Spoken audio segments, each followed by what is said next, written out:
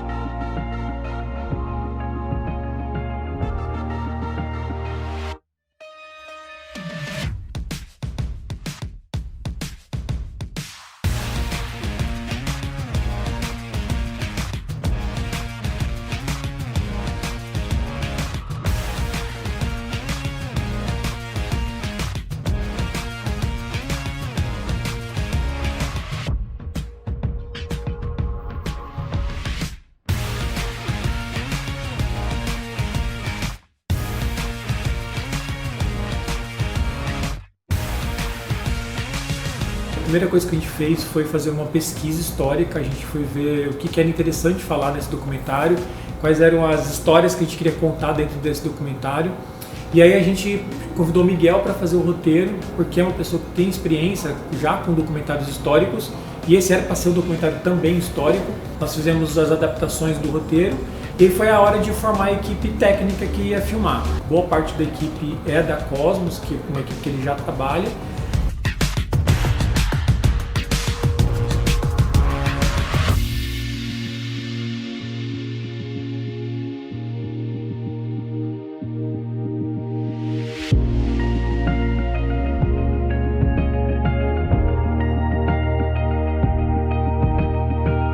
E aí eu fui para escolher as direções criativas.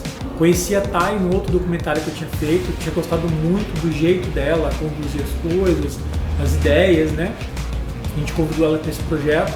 Eu sou a Thaís Fernandes, estou fazendo a direção junto com a Dani, do documentário Uma História em Muitas Mãos. Para mim é sempre uma alegria, assim, uma honra, né? Uma satisfação poder contribuir com a cena audiovisual aqui em Maringá, poder participar, né, dos projetos de cinema, e participar desse não foi diferente. A Lírica também, que é a diretora de fotografia, eu já tinha conhecido num outro projeto, dois outros projetos que eu fiz junto com ela, um curta e um documentário. Gosto muito das fotos dela e esse era um documentário que eu queria que tivesse uma imagem visual muito legal.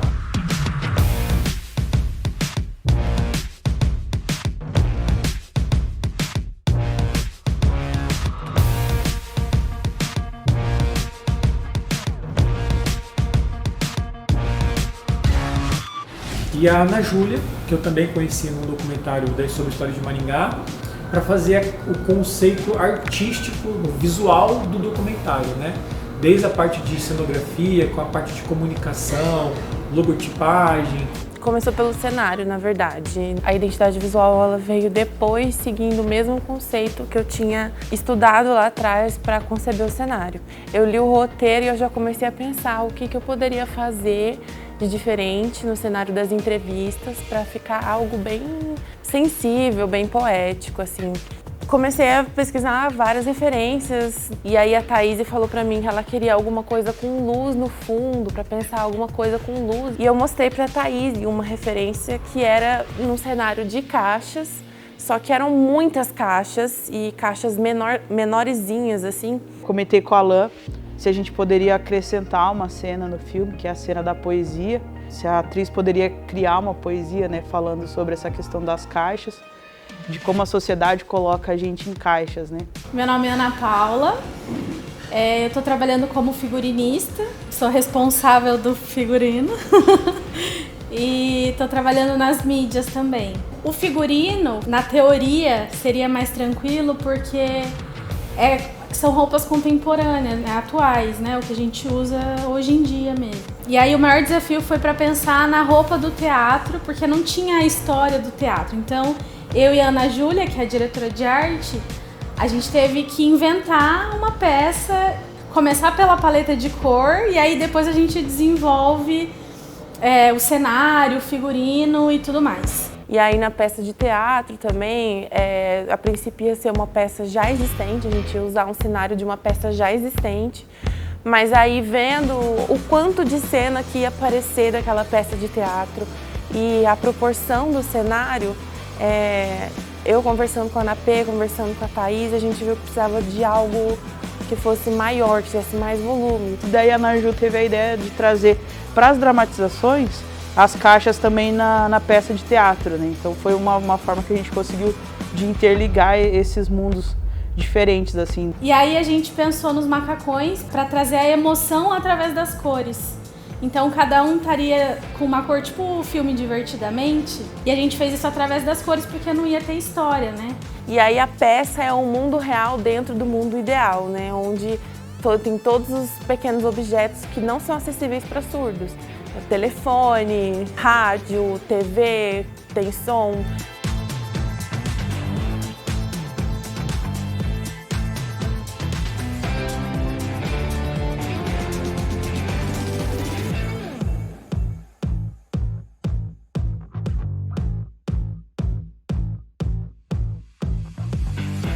A escolha do formato fazer um docudrama foi porque, além de ter a informação das pessoas falando do que aconteceu, do que elas vivenciaram, a gente também queria mostrar nesse documentário, para não ficar uma coisa assim só de apontando problemas e defeitos e aí não dar uma possível solução, um possível caminho para aquilo. A gente pensou em ter no documentário cenas dramatizadas, onde a gente ia criar os ambientes ideais para o surdo. Então até isso foi pensado junto com a equipe de criação para diferenciar essas partes, né, do que é real e do que é o que a gente está fazendo de forma ideal, né? Por que é ideal? Porque em todas as situações dramatizadas a gente sempre tem a presença de intérprete, a gente sempre tem o surdo participando das ações dentro de empresa, o surdo no teatro. E a gente sabe que isso não acontece o tempo todo. Quando a gente vem para as dramatizações, a gente está falando de um mundo perfeito para o surdo, né? Então é uma coisa totalmente lúdica, então a gente trouxe algo quente assim para isso.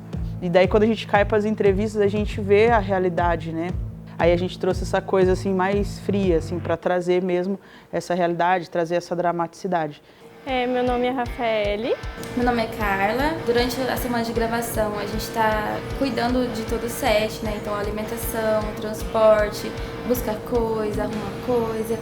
A limpeza também, cuidados do ambiente onde eles estão tanto trabalhando quanto se alimentando. O cuidado em geral com as pessoas que estão sendo entrevistadas, atores, tanto da galera que está trabalhando. A gente está mais acostumado em trabalhar com o teatro, a gente é mais produtora de teatro. Então trabalhar numa linguagem diferente, que é o audiovisual, está sendo bem desafiador. É uma adrenalina, uma correria bem diferente do que a gente trabalha no teatro. É uma equipe que a gente já trabalha, então está sendo mais confortável estar nesse desafio com uma equipe em que você já conhece, em que você já trabalha. E na comunicação, em Libras, a gente já trabalha com surdos no teatro há muito tempo, então facilita bastante. Foi em contato com os dois assistentes nossos que a gente conseguiu desenvolver mais a Libras, né? Aprender Libras. Eu acho que a galera pode esperar um documentário bem bonito acima de tudo. É um registro histórico importante, mas a gente está fazendo com muito cuidado para que fique um material muito bem feito, tecnicamente, esteticamente. A gente está cuidando de todos os detalhes. Então assim, a gente vai entregar um material muito bonito no final. A ideia é que também seja uma obra artística esse documentário.